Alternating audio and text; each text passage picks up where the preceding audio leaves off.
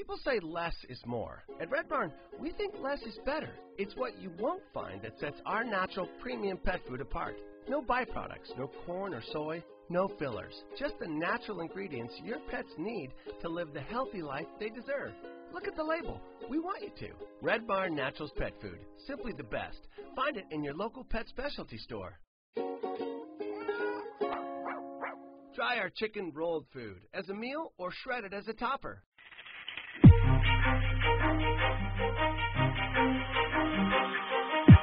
You're listening to Holistic Living, brought to you by East West Healing and Performance.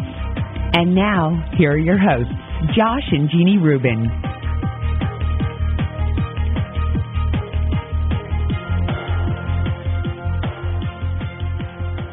Hey everyone, this is Josh Rubin from East West Healing and Performance. Welcome to our Blog Talk Radio show today. Today we're going to have Ray Pete on again. I'll do his little introduction in a little bit once we get him on here. And like always, we're probably going to have a little bit of an issue getting him on, so just hold tight. We do our radio show every month, once a month. If you want to learn more about us, check out our YouTube, blog, Facebook page. Go to our website at eastwesthealing.com. We've got a lot of great information on there. It's free. People love free information, and I can be honest with you, it's only going to be up there for a certain amount of time. So check it out. Feel free to call us anytime for a free consultation, 760-597-9727. So we always want to put that out there. So once again, we've got Ray P on our show. Of course, you know we've been following him for some time. We've been really lucky enough to get him on our show. And you can learn more about Ray on his website. It's raypeat.com, RAYPEAT.com. He's got tons of great articles that would probably keep you occupied for the next 100 years, as well as a lot of great books that you can order. You can send in a check, and he'll ship those to you. His books are just fabulous, to be honest with you. And he's got a newsletter that you can sign up for that comes out every quarter, as well as he's an artist. So the guy's got a lot going on. He's got a PhD in biology from the University of Oregon, and he specializes in physiology. And you can pretty much get that from reading his articles. So if you want to start reading his stuff, my recommendation, that's all it is read an article, reread it, but move on, because you can start to connect the dots in all his articles. Sorry about this, guys. Once again, we're having a little bit of an issue getting him on here. What's the problem? His phone number. Hold on a second, guys. I'm sorry about this once again. We running into technical difficulties. He has taught at many schools, including University of Oregon, Urbana College, Montana State. You can look at his website. He's taught at other schools that, unfortunately, I can't pronounce, that are in Mexico and things like that. He started most of his work studying progesterone and hormones back in 1968.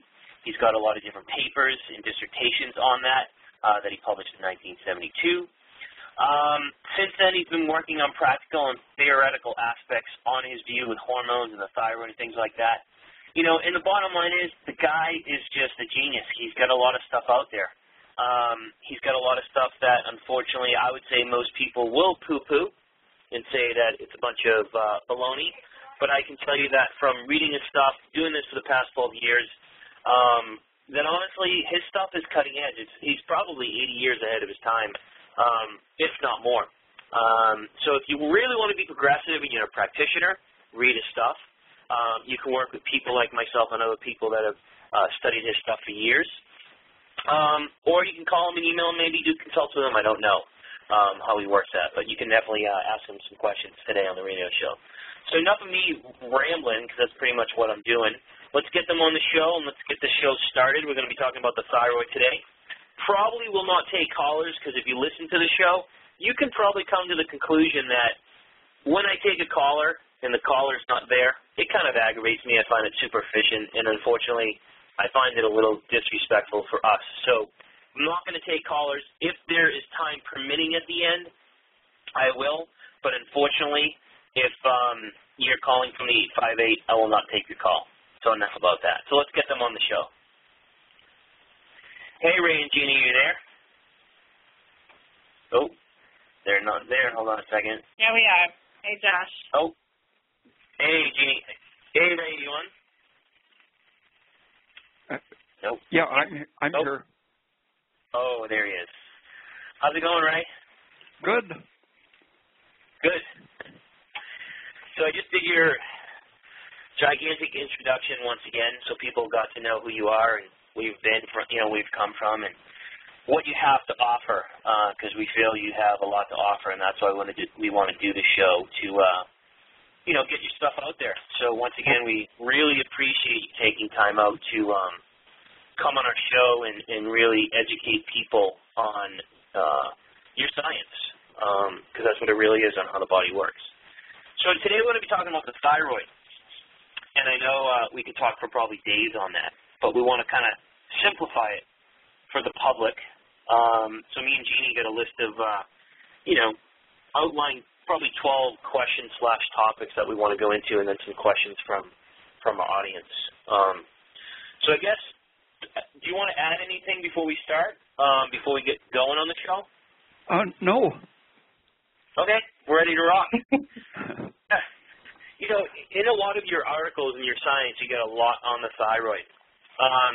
So maybe you could enlighten us on why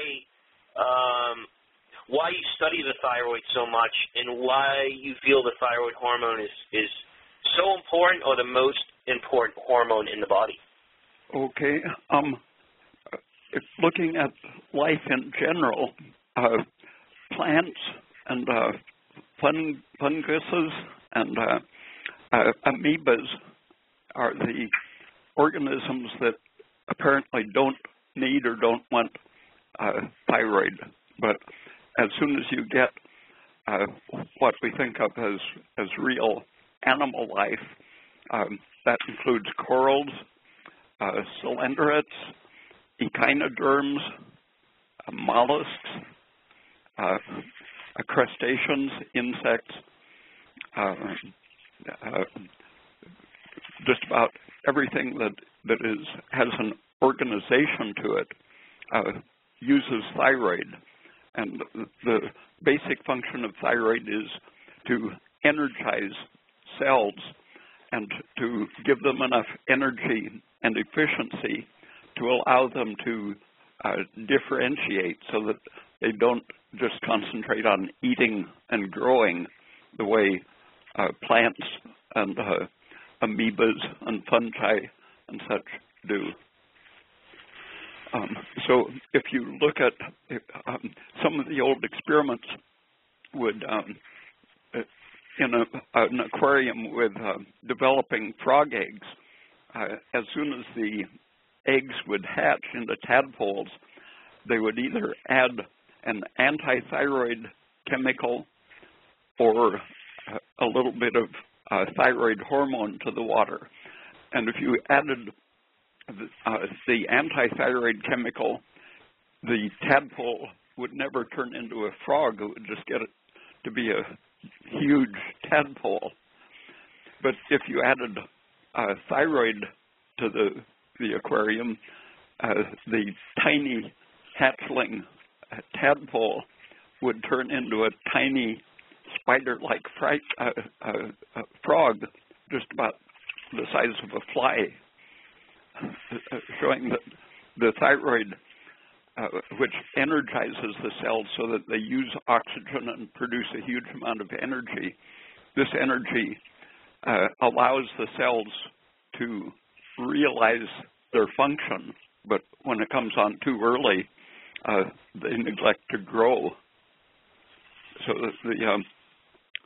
without thyroid, all you have is growth, and that's fine for amoebas and mushrooms and trees and so on. But in humans, it can lead to things like tumors and malformations and so on. So the energy production is really the basis of all organized life, and that makes the thyroid, in a sense, the main gland. Really, if you take out the pituitary gland, which people have talked about as the master gland, if many different animals, if you remove that and give them thyroid hormone, in some cases, the animals live 10 times as long as normal, usually about twice as long as normal, for the lack of the pituitary gland, as long as they had adequate thyroid. So you're saying what most people say is that thyroid's your master regulator of metabolism. It's the thing that's going to keep your body in an efficient state, or an anti-inflammatory state, where you're producing energy more efficiently than you're expending energy. Right.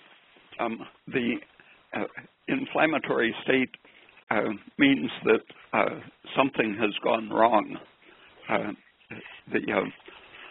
It's interesting that doctors very often go entirely on the basis of the amount of pituitary thyroid-stimulating hormone in diagnosing your thyroid status.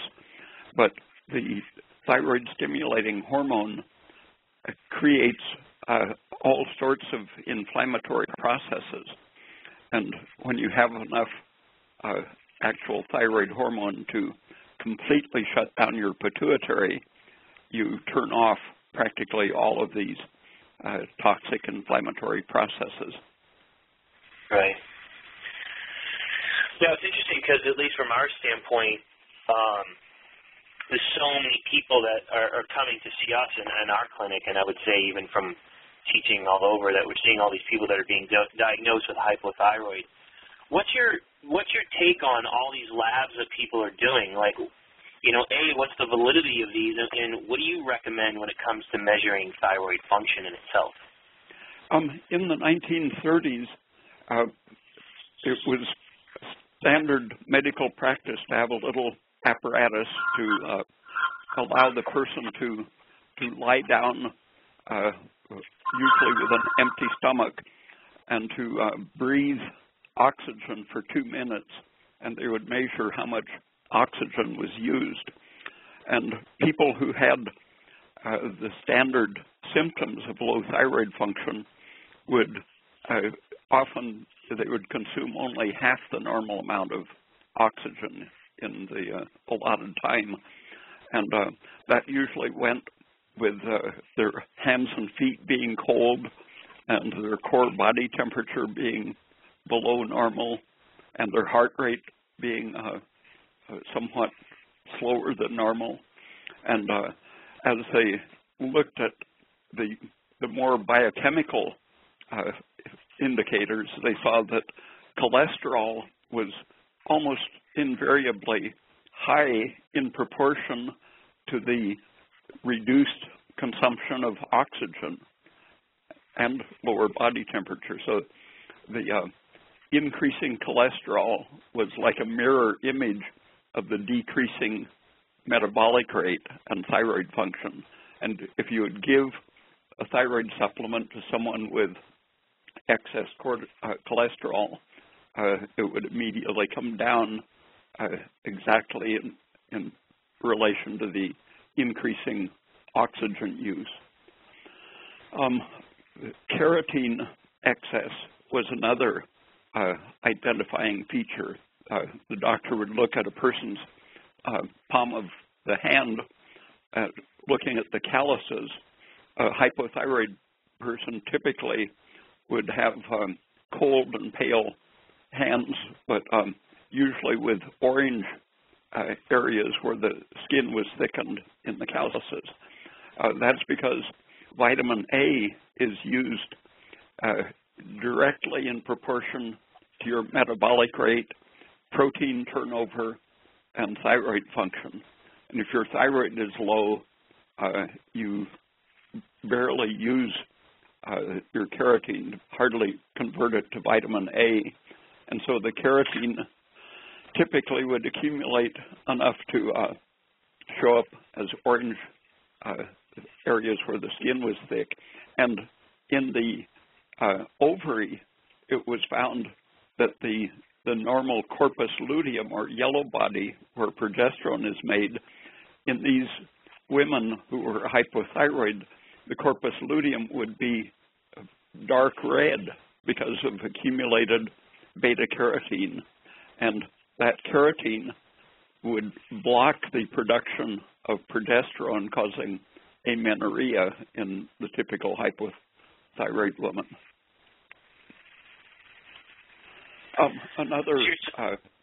Another good indicator that was developed in the 1930s was the Achilles reflex relaxation speed. A person kneels on a chair so their toes hang over loosely, and you thump the Achilles tendon so that the calf muscle twitches. And sometimes a low thyroid person won't have really any reflex that you can see, but if they do have a reflex so their toe twitches out, the hypothyroid person's muscle relaxes so slowly that their foot returns like a door with a pneumatic closer on it, a little jerky relaxation. And the electrocardiogram shows the same thing. The T wave is called the repolarization wave, and it's exactly the same thing as in the relaxation of your calf muscle. In a hypothyroid person, the T wave is delayed and low, usually flattened out. And the same thing happens in all of your body processes. When your brain is tired, the nerves are slow to relax, and so your sleep will not be as relaxing and restorative as it would be in a high thyroid state. So just touching upon that, just for a lot of the people that are listening, and maybe want to clarify this a little bit deeper, the slow relaxation of the calf muscle can give you an indication of hypothyroid.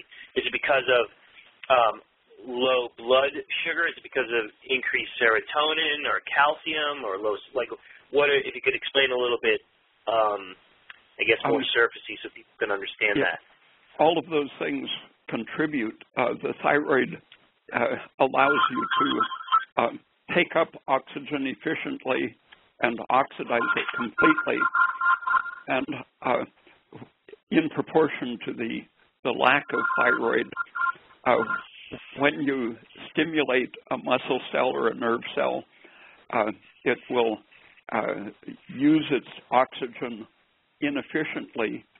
It will allow calcium to enter the cell and keep it in an excited state, and it will tend to produce lactic acid rather than carbon dioxide.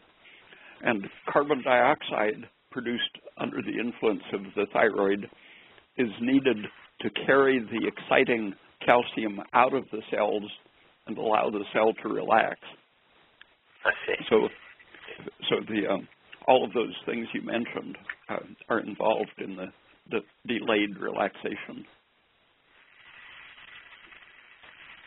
So just to reiterate to people, or just, I guess, to summarize so I understand it too. So you mentioned, it's almost like everyone says, you have thyroid problems. Look at the thyroid. So you're really saying that high cholesterol is a huge indicator of low thyroid, and that we can actually look at the contraction or the lack of thereof, relaxation of the calf muscle as another indicator of, we could say, I don't want to say thyroid problem, but maybe slower metabolism or maybe a thyroid issue in a sense. Is there any other things you recommend? I know you talk a lot about pulse and temperature and things like that, and I'm sure that's a huge topic, but maybe we can chat a little bit about, why you look at body temperature and why you look at pulse. And, everyone else is focusing on TSH and free T4 and free T3 and TPO and all this stuff, and I don't know if you do or don't, but maybe you want to touch on maybe if you don't and why. Okay. Well, the idea of free and bound hormones, it's purely a laboratory construction. And in the case of thyroid, it usually has some relation to symptoms, but it's a little bit analogous to reading tea leaves, because actually when thyroid hormone is stuck to the albumin protein, which is the main protein in the blood, it has no trouble at all getting into cells, taking the thyroid into the mitochondria and nucleus and so on. So the free thyroid test does correspond for a variety of indirect reasons to the real available activity of the thyroid, but it's really just a laboratory construction that should be minimized. So, even touching upon TSH, what are your thoughts on TSH, even in regards, because I know a lot of the different values out there are very different, and they're always changing a little. If you could touch upon, if you even would recommend focusing on TSH that much, and if you do, what would you say some of the values should be? Yeah, I don't recommend it as a way to diagnose hypothyroidism, but I do recommend if you're looking at a blood test, I would recommend having as close to zero TSH as you can get, because all of the known effects of TSH are really harmful in some way.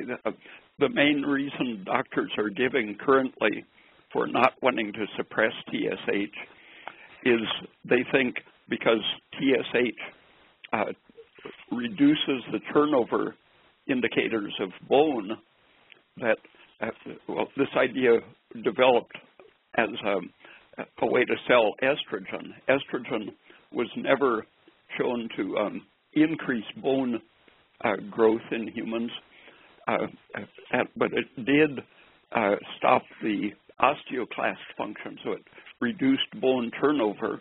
And so they said this is evidence that estrogen is preventing osteoporosis because it stops the breakdown of bone.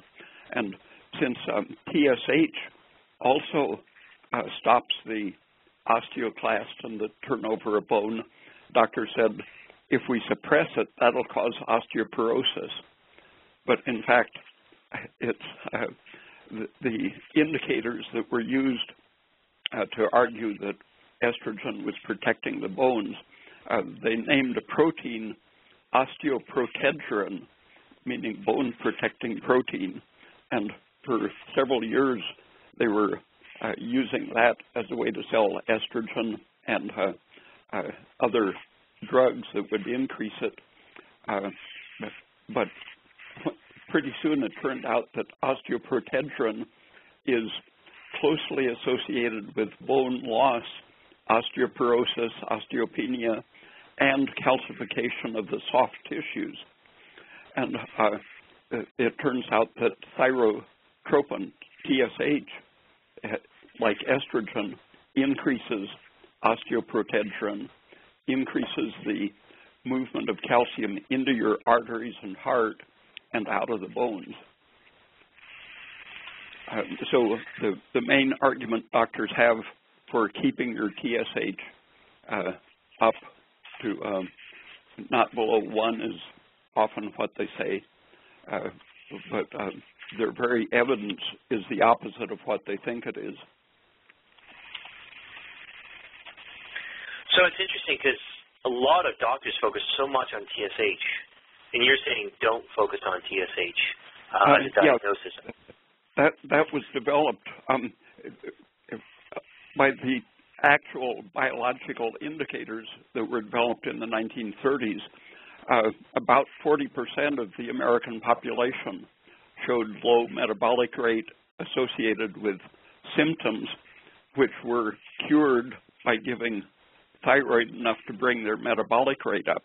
But in the late 1940s, the drug companies synthesized thyroxine, and they tested it on 25-year-old male medical students.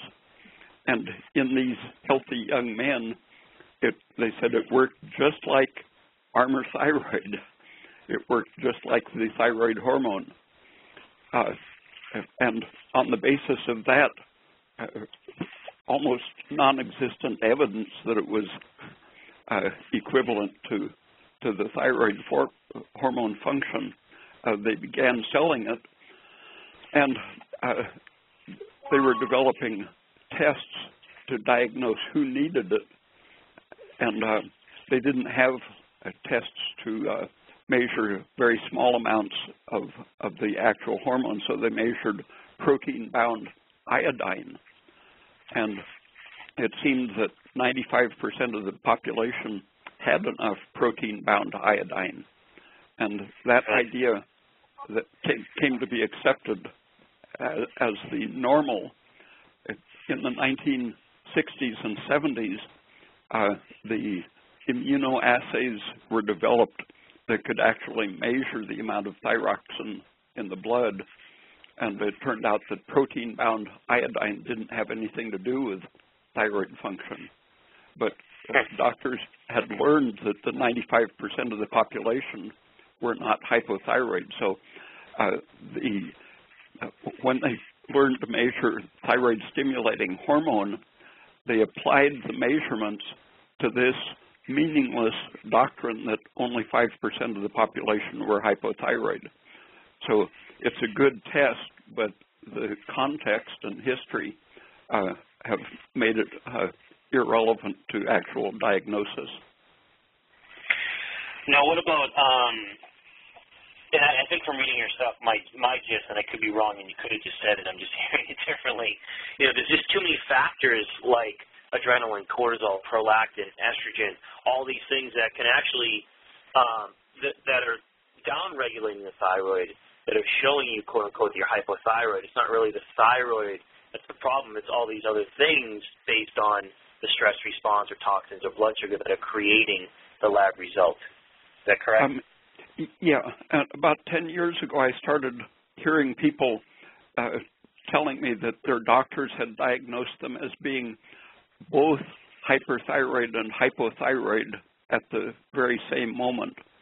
More and more people were getting this diagnosis, which really shows that a crisis of confusion had taken over the profession around 10 years ago,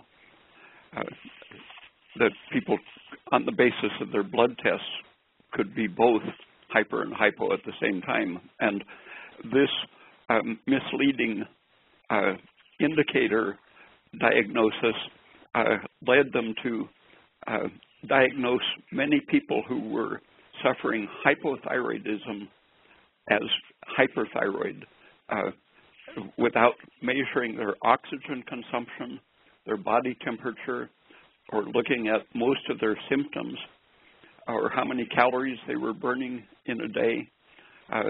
Looking at these other indicators, people who were clearly hypothyroid and who would lose their symptoms if they took a thyroid supplement, they were being diagnosed as hyperthyroid, having either their thyroid gland removed or being given radioactive iodine to destroy it, on the basis of a complete misunderstanding of even what constitutes hyperthyroidism.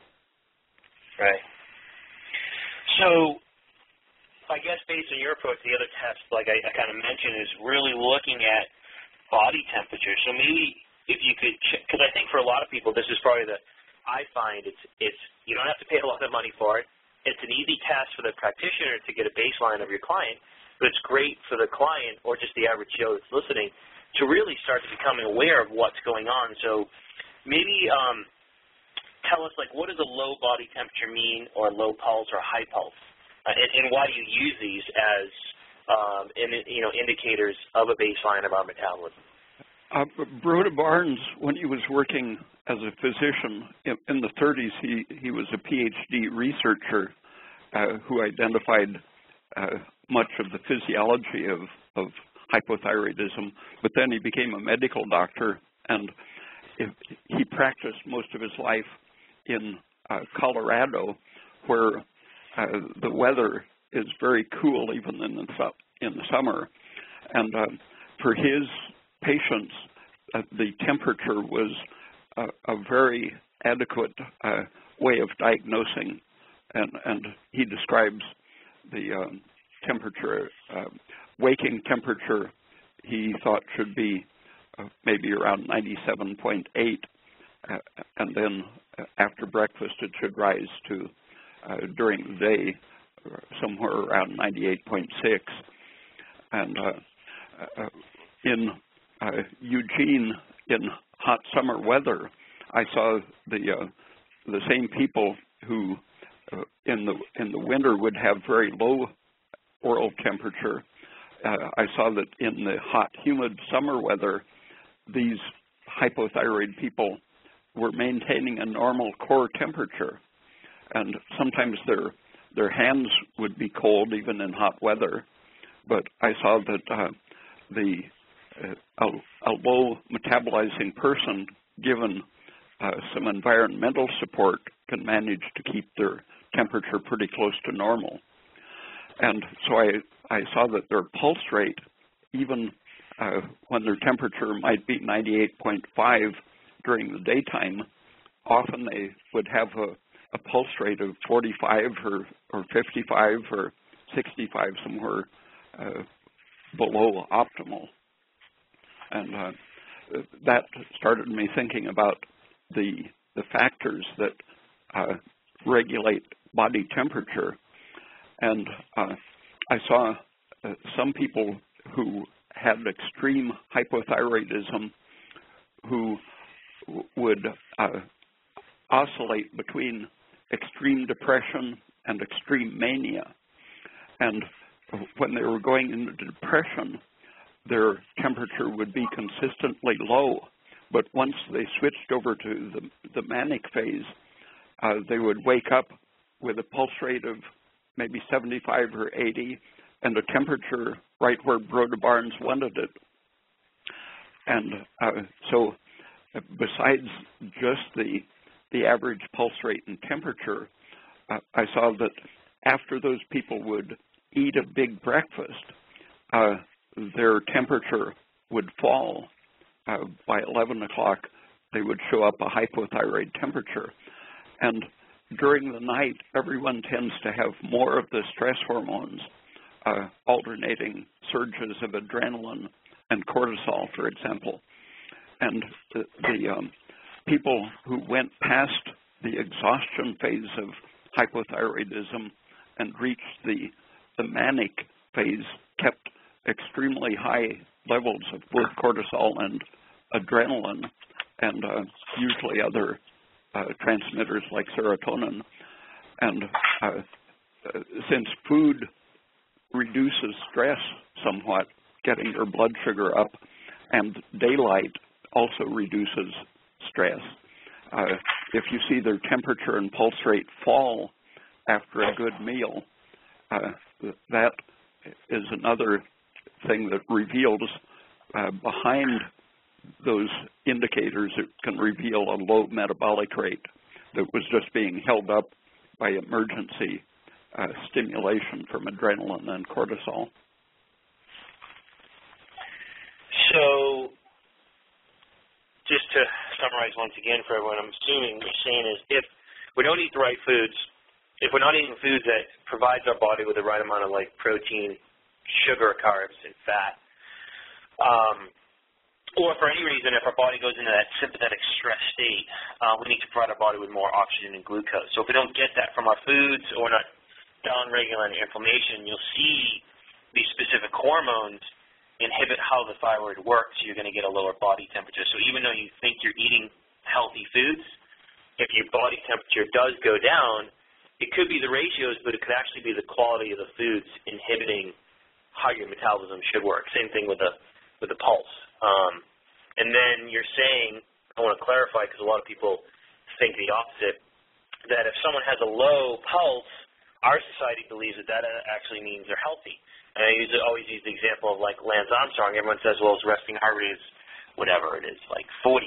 And everyone thinks that's super healthy. But you're saying that people with a low resting heart rate, that means they're actually down-regulating their own metabolism because of the foods that they're eating or the wrong foods they're eating. Yeah, and it tends to go with fertility problems, hormonal problems, low testosterone, increased estrogen, a lot of degenerative problems. Right. So that's great. I mean, I think that's important for people to understand because it's such an easy tool, to do at home and during the day to see what's going on. Let's talk about the hormones a little bit, so people get an idea of, okay, we know where the thyroid is. Let's talk about some of these hormones, like T3 and T4, and where does most of this conversion happen in the body? Because everyone thinks it's the thyroid, and maybe you can kind of enlighten us maybe where most of this is happening. Broda Barnes was one of the first people to notice the importance of the liver in thyroid function. The Biskins in 1942 to 45 were showing how the liver regulates hormones, but they were concentrating on estrogen. If the liver was lacking thyroid or protein or some vitamins, the Biskins showed that your estrogen would skyrocket in proportion to the reduced function of the liver. And there's this antagonism focused on the liver between estrogen and thyroid. And the thyroid works partly by increasing protein synthesis, but partly by simply energizing the liver so that it is able to detoxify everything that shouldn't be in the body. The liver should remove 100% of the estrogen that reaches it in circulation. So the body should be able to produce estrogen in the ovary, for example, send it to do its work in the uterus and breast and so on, but then it should immediately be destroyed by the liver. And if your thyroid is low, the liver loses the ability to detoxify estrogen and practically everything else harmful. And the liver happens to also be the source, as Broda Barnes discovered, of the most active thyroid.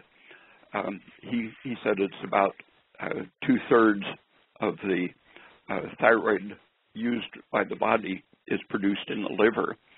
And if your liver isn't getting enough sugar, enough glucose, or if it doesn't have enough selenium, it is unable to convert thyroxine into T3. If you can completely knock out the liver, and your thyroid will excrete about this ratio of 3 parts of thyroxine to 1 part of T3. And so as long as your thyroid is working, your liver will be getting a little bit of T3 and will be able to keep functioning, other things being equal. But if you're under stress, for example, don't have anything to eat for about 24 hours, or are exerting too much energy in proportion to what you're eating, your liver isn't getting enough glucose to convert the 3 parts of thyroxine produced in your gland into the active T3. And so you will have this drastic decrease in production of the active triiodothyronine, T3, most of which comes from the liver when it's well fed with sugar.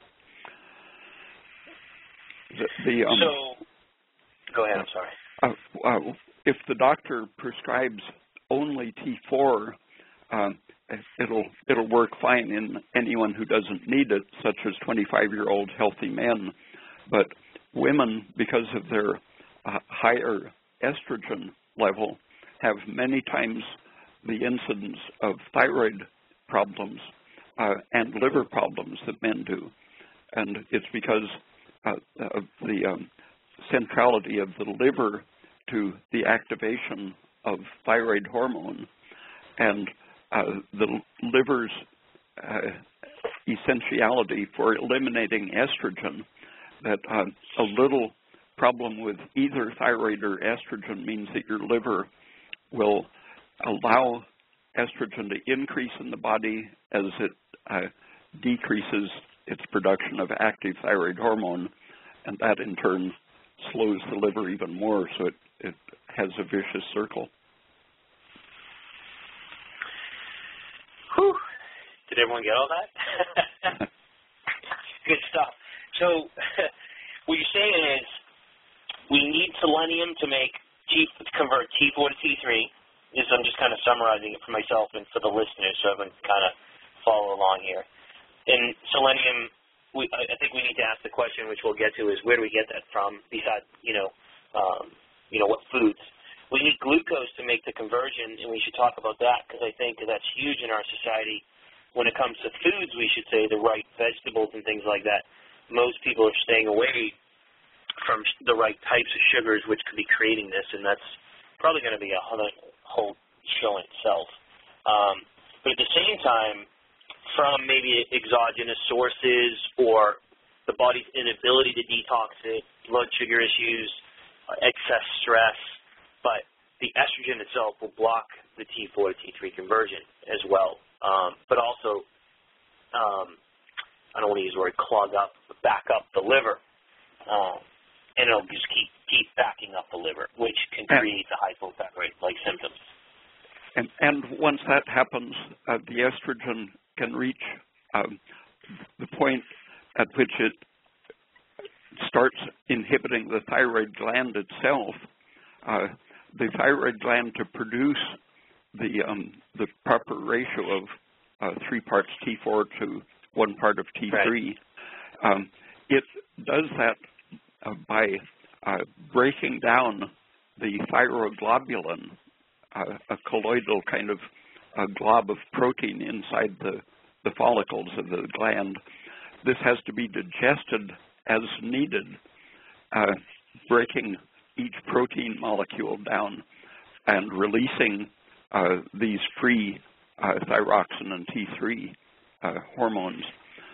And estrogen inhibits the proteolytic enzyme that releases the hormone. So first it slows down liver function, but then it reaches a point where it will even block the thyroid itself. And this is where women tend to have a high frequency of goiter, thyroid enlargement. They call it Hashimoto's thyroiditis, but most often it's what they used to call colloid goiter, where since estrogen stimulates the stress hormones in the brain, increasing thyroid-stimulating hormone, estrogen causes the pituitary to drive the thyroid harder. Meanwhile, it's blocking the ability of the thyroid gland to secrete it, so it tends to enlarge the thyroid, and then they get diagnosed as having thyroiditis. Okay. Progesterone. Keep going. Sorry. Progesterone happens to activate these proteins that allow the thyroid to secrete. So I advise women who have an enlarged thyroid not to take progesterone until they've taken care of the enlargement of the thyroid, because progesterone will normalize the protein so fast that sometimes they'll go into a slightly hyperthyroid state for a few weeks.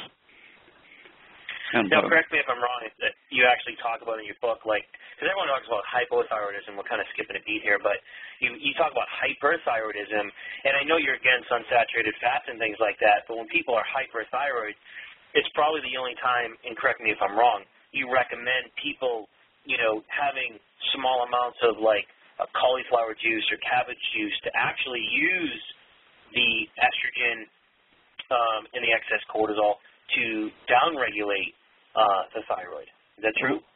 Well, yeah, except that's mostly for the person's relationship with their doctor. Several people have told me that before they had their thyroid destroyed by surgery or radiation. They said that they had a chronic pulse rate of 125 per minute, but they never felt so good in their life after having the thyroid gland treated. They were back to feeling their normal bad self. But people usually feel great when they're in the so-called hyperthyroid state. And the reason I tell people how to use cabbage juice and such to slow their pulse is that their doctors become a danger to them, tending to bully them into having their thyroid gland suppressed. Right. So we talk about TSH, T3, T4. What's I know a lot of people out there come in with lab values where they have a high T4 reading. What does that mean, and what are some of the symptoms, and what are most doctors recommending? What do you recommend? It very often goes with hypothyroidism because if your liver can't activate it, if you aren't producing so much estrogen that your gland gets shut off completely, your gland will go on producing hormone, and you'll get along in your daily life with a little bit of T3 coming out of your thyroid gland, but that gradually allows the T4 to accumulate because your liver isn't using it up, and that tends to slow down even the production of T3 if you get a very high T4 level. What originally got me interested in this interaction of T4 and T3 was a patient at the medical school in Portland who was a slightly hypothyroid woman who was prescribed T4 for a few months on 1 grain of equivalent of T4, 100 micrograms. She got even more hypothyroid symptoms, and her doctor increased it to 200 micrograms, and a few months later she was even worse. So I think he reached 400 or 500 micrograms of T4, at which point she went into a myxedema coma and was taken to the hospital unconscious, and they injected T3, pure T3, and she came right out of the coma. But her symptoms got worse directly in proportion to the increased dose of T4. And after seeing that extreme example, I have run across probably 100 women with less extreme effects, but it isn't rare at all for a woman to get worse symptoms, noises in their head or electrical sensation in their body or swollen muscles or any of the 1,000 symptoms of hypothyroidism as a result of taking too much T4.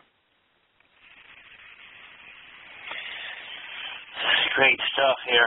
So let's talk about going back towards hypothyroidism and talking about how, we know, or I should say, I know, and maybe people don't, but, things like blood sugar dysregulation, adrenaline, cortisol, pituitary, all these things can create hypothyroidism, but at the same time, how does hypothyroidism affect these things, such as blood sugar, adrenaline, cortisol, your pituitary, parathyroid, digestion, liver? I mean, how does it really affect our physiology? When you aren't able to oxidize your sugar all the way to carbon dioxide, you produce lactic acid very easily. Even at rest, a person will keep producing lactic acid as if they were under strenuous exercise. And the lactic acid turns on a lot of inflammatory mediators, which have systemic effects on your bone and skin hair growth, everything. Lactic acid itself acts as a toxin, and gradually, if you're experiencing that year after year, it leads to a tendency to fibrosis and arthritis and so-called connective tissue diseases in general, from an imbalance of the inflammatory mediators, histamine and serotonin especially, and a tendency of the soft tissues to calcify, so it contributes to hardening of the arteries and heart failure.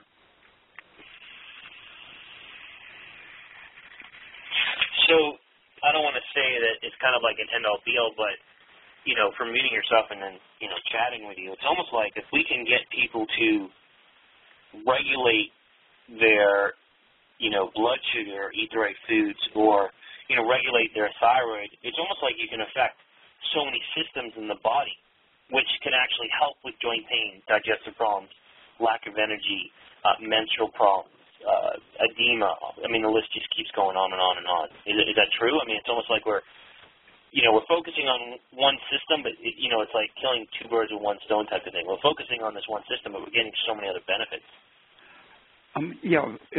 Because the energy production in the proper way is really what shapes everything. The body is constantly renewing itself moment by moment. Like overnight, people have measured that there's a 60% turnover of brain substance in one night, just because the brain has a high metabolic rate. And if you aren't renewing yourself at a high rate, you're allowing errors to accumulate. And one of the reasons thyroid and other problems get worse over time is that our diets, on average, contain a significant amount of thyroid-inhibiting substances, especially the polyunsaturated fatty acids. And the French did a series of studies that really define how that works. Long ago, people knew that polyunsaturated fats blocked proteolytic enzymes. And in this French series of studies, they saw that the first effect of too much polyunsaturated fat is to block the ability of the thyroid gland to secrete the hormone by breaking down the thyroid globulin. And then if the thyroid manages to secrete it, the transport of it on proteins in the blood is inhibited in proportion to the unsaturation. So the fish oil, many 5 and 6 unsaturated bonds are the most powerful, almost total inhibitors of thyroid transport. But linolenic acid with 3 double bonds inhibits about 50%, and linoleic acid with 2 double bonds inhibits it about 30%. So it's proportional to the number of double bonds, the transport. And the same thing happens inside the cell. The responsiveness of the cell to thyroid is inhibited in proportion to the amount of unsaturated fats.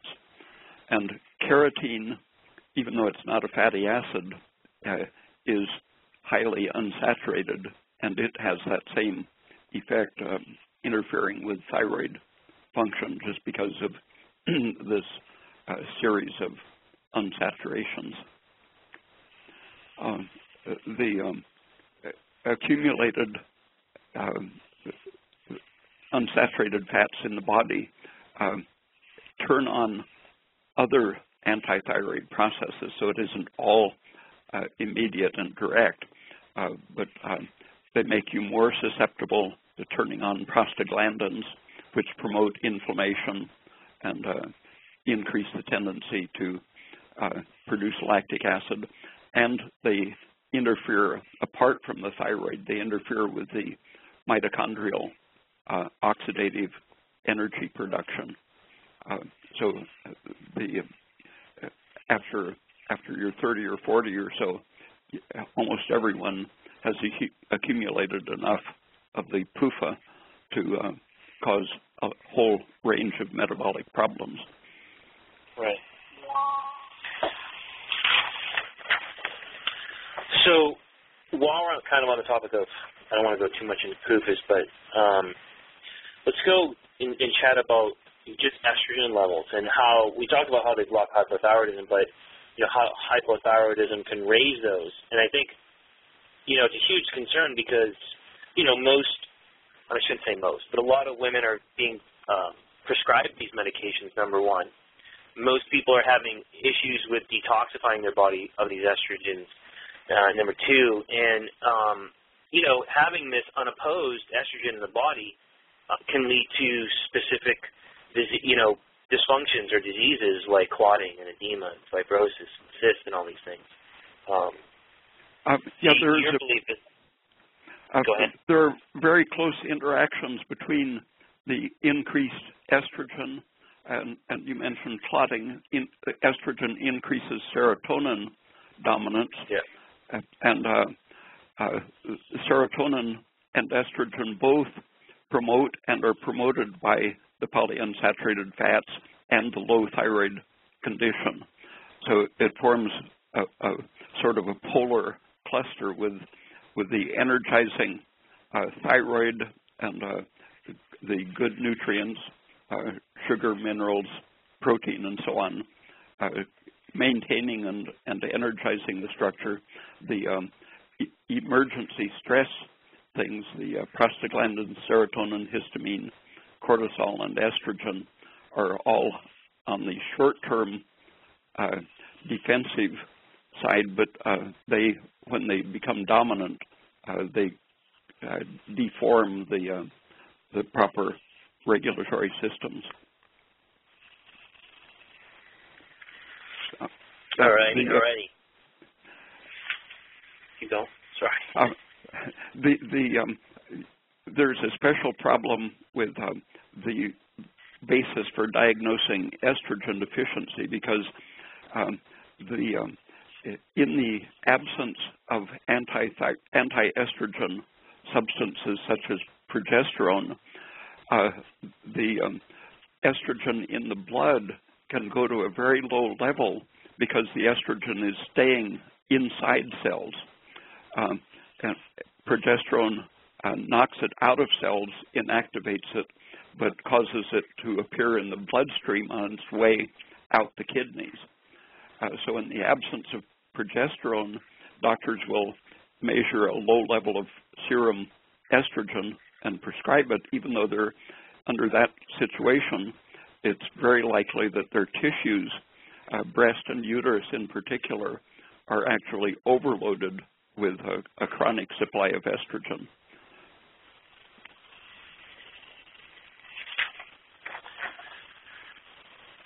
I wish I could summarize that. I'm at a loss on that one, so I'm gonna move on.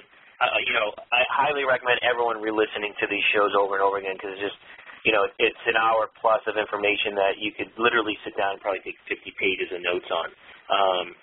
I want to talk about CO2, carbon dioxide in the thyroid, because I know you're a fan, I should say fan of CO2, but from reading your stuff, you talk about the thyroid and you talk about carbon dioxide. How do thyroid hormones raise CO2, and what are the advantages of having higher CO2 levels? That means that you're oxidizing things completely. If you oxidize fats completely, you get rid of any toxic effect from the free fatty acids.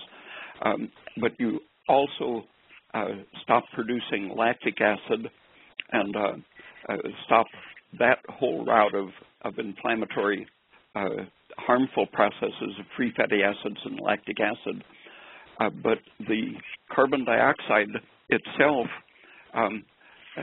binds to all of our proteins. For example, hemoglobin in a diabetic, they look at the amount of sugar or fragments attached to proteins such as hemoglobin. But it's actually the breakdown of fatty acids which contribute about 95% of these glycated proteins that accumulate in diabetes and aging. But when we're producing enough carbon dioxide, it not only protects the cell by removing the excitatory calcium, but it also binds to all of our proteins that have a lysine group or another amine group exposed. And these amines are where the breakdown products, free radical fatty acids, and so-called glycation end products, it's where they bind. And so carbon dioxide binds protectively to proteins, keeping them in the native youthful state, which happens to be the things called hormone receptors are in a different state when there's adequate carbon dioxide. Insulin is in a different state. Growth hormone, all of our peptide hormones can bind carbon dioxide, becoming a different substance. So all of our hormone system is deranged if we just hyperventilate and blow out too much carbon dioxide, or if we're hypothyroid, basically we're in effect hyperventilating even at rest, producing lactic acid instead of carbon dioxide. So what you're saying is the more CO2 we're essentially producing, it allows our thyroid to work more efficiently, which is basically those levels are down-regulating lactic acid and serotonin and all these inflammatory markers. That's correct?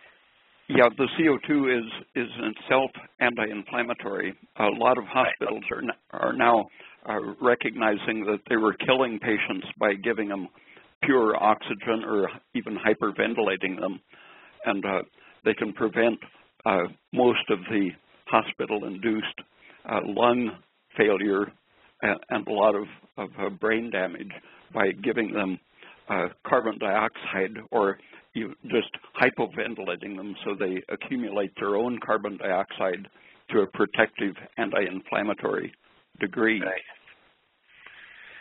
It's awesome stuff, man. It's fascinating. Let's just skip it a little. I know this is, you really can't give 100 recommendations, but let's talk about people that don't even have a thyroid. What are your recommendations? Because I got some questions about people, I don't even have a thyroid. What do I do? Obviously nutrition is key and all those things, but do you recommend them being on specific thyroid hormones?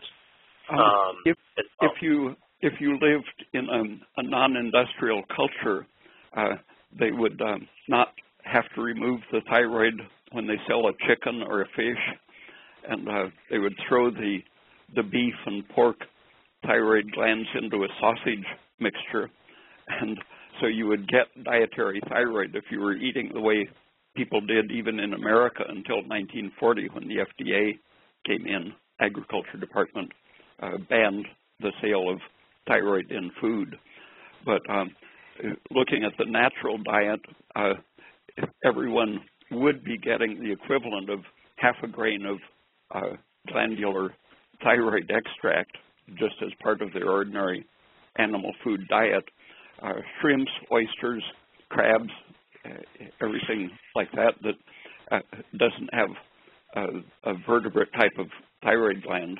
Eating those, you get some thyroid in your diet. Milk contains some thyroid. So babies who otherwise would be cretins, as long as they're breastfed, they don't need a thyroid gland. They get enough thyroid in their mother's milk. After 3 Mile Island, a lot of babies were born without thyroid glands, but no one noticed the breastfed babies didn't have a thyroid until they were weaned, and then they became hypothyroid drastically. So eating the right foods, avoiding the polyunsaturated fats and the hard-to-digest types of starch in a lot of beans, for example, have starches that we can't digest. Those irritate the intestine, create endotoxin that interferes with thyroid function. So avoiding the toxic foods and emphasizing sweet fruits, milk, cheese, eggs, shellfish, and among the meats, beef and lamb, if you include the fibrous parts that industrial societies tend to throw away, like in Mexico, you get the skin in various preparations. In Asia, they eat the tendons, ears, snouts, tails, and everything that are very rich in gelatin, which is a prothyroid protein, because it doesn't contain the precursors to serotonin. Besides, certain meats that you just mentioned in the more gelatinous type of proteins and the dairy, the non-inflammatory proteins, what are some other nutritional recommendations that you can maybe just enlighten us on in regards to pro-thyroid or pro-liver, even to help the liver to detox? So it's not always the thyroid. If we get the liver to work properly, we'll get that benefit for the thyroid. What are some nutrition therapies that you recommend?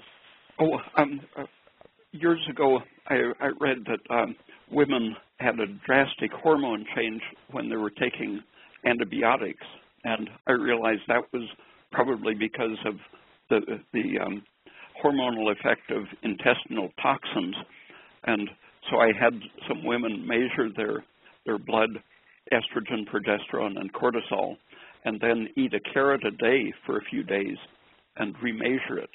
The carrot has antibiotics, and the fiber can't be digested into toxins by bacteria because of these antibiotics.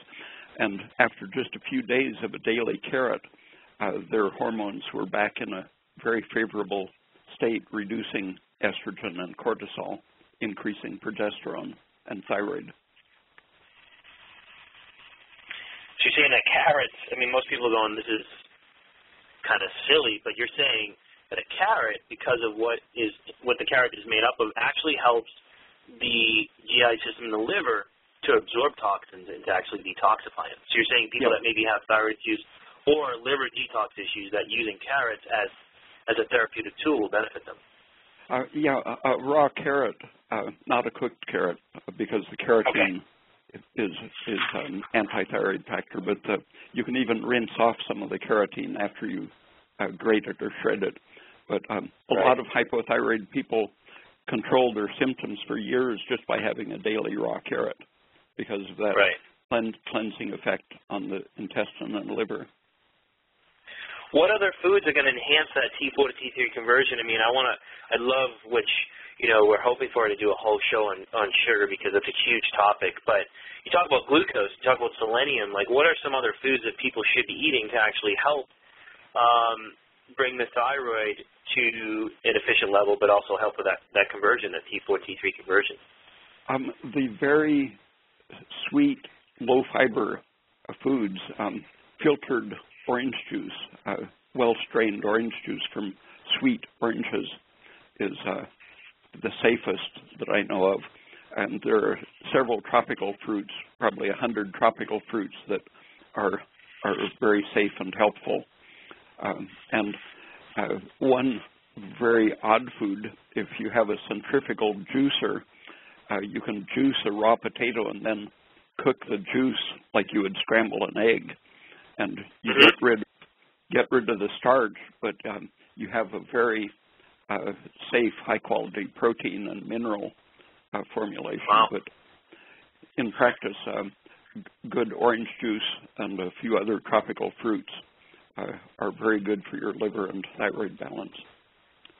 Now, why do you say really good strained orange juice? Because I know you've mentioned that before. Any of the indigestible fibers, the commercial orange juices, they've learned enzymically to create new chemical substances that they sell as pulp.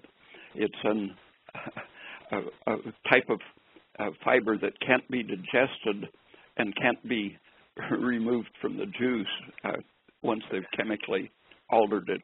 So that you want to avoid the commercial pulpy so-called orange juices. And if you make it yourself, just running it through a strainer is enough so that you don't feed the bacteria with these fibers that we can't digest. I see. Of the proteins, of the common convenient proteins, cheese and eggs and shellfish are very high quality and associated with prothyroid, other nutrients. Right. Calcium, for example. Same with your saturated fats. Like, I know you're a huge advocate of coconut oil because it's prothyroid. It helps the liver store glycogen, and it helps the body detox from unsaturated fats. But someone actually had a question about coconut oil, and it is prothyroid. And I know you have a science and a philosophy on what type of coconut oil you recommend and why. Maybe you can answer that for one of the listeners.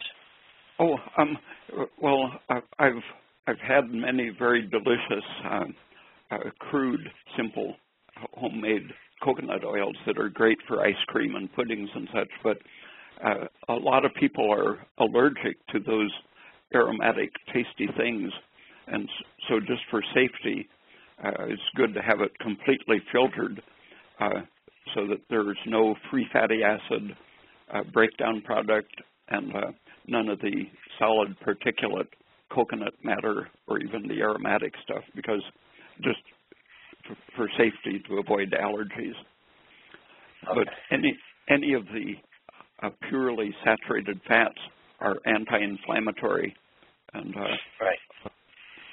So it's just that the coconut oil with the short chains, it's very quickly metabolized, and so for things like losing weight, weightlifters have caught on to using the fractionated coconut oil to get even the shorter average chain length because it intensely increases the metabolic rate to have those shorter saturated fats, and they're anti-inflammatory, antihistamine, and so on. Right. Any other nutritional recommendations? Most of the listeners probably, some practitioners, some lay people. Any other nutritional recommendations that you can toss in there in regards to proteins, fats, or carbs that are prothyroid? Yeah, people are probably going to continue eating some vegetables just because they like them, but I encourage them to cook them to death. Cook them as much as like 40 minutes of boiling makes them a lot safer. There were experiments in the 1940s with rats. They fed a selection of vegetables, either canned vegetables or the same vegetables raw. And the ones eating the canned vegetables thrived and were well nourished. Even rats couldn't live on raw vegetables. Right. Awesome stuff, and I'm sure there's more in regards to the thyroid. But of course, we can spend hours talking about this, the hormonal, implications, the liver, digestion, what foods to eat. But of course, we can't take up the next 6 days of your life as much as I'd love to. Is there anything else you'd love to? We're taking some callers now that we have a little bit of time left. If you call in from 858, I'm not going to answer the phone. But you're welcome to call in anyone, 347-426-3546. If you got a question, when you call in, tell me the area code you're calling from and ask Ray the question. But is there anything else you want to add, Ray, in regards to the thyroid that you think is important for the listeners to know? Nothing occurs to me. Nothing comes to you? Yeah. All right, well, I'm kind of out of all my questions. I had a slew of questions, and like I said, I don't want to take up tons of your time because we really appreciate you coming on and educating us on this. So we just want to say thanks, me and Jeannie, all the listeners. We're getting great emails and people just loving the shows and your information. So we really appreciate it. Okay, thanks. So I want to wish you a happy day, and I guess we'll chat again. Okay, very good. Bye. Have a good one. Bye. All right, guys, there you go. last about an hour and 15 minutes of Ray P, talking about the thyroid, nutritional therapies. Just one thing I want to say is, if you're a practitioner, really understand the why behind what you're doing before you start telling people to do this or that or take this or eat a carrot. I think that's important because I think people can easily, especially now, all his information is all over the web and all over Facebook and YouTube. I think people are, and once again, this is my story, people are just jumping on board and starting to, eat gelatin and eat salt, and I think we're going to run into the same problem as every other system out there, and it's going to give the philosophy and the science a bad name. So I really recommend you reading his articles, reading his books, listening to the shows, taking notes. I mean, I have to read his article 10 times. I mean, they're just so deep and you can get so much information.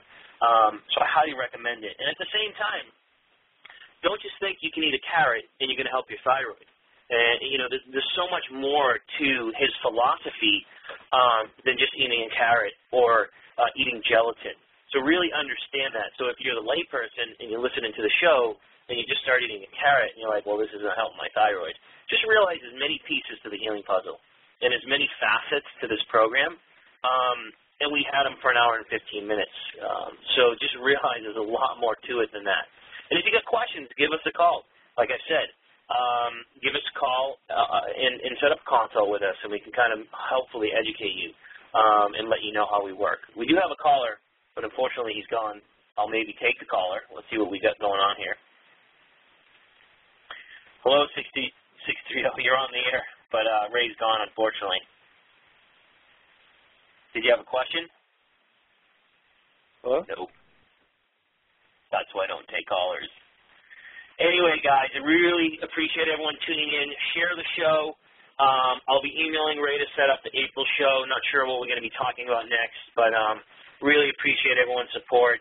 And if you're confused, guess what? That means you're actually learning. Peace.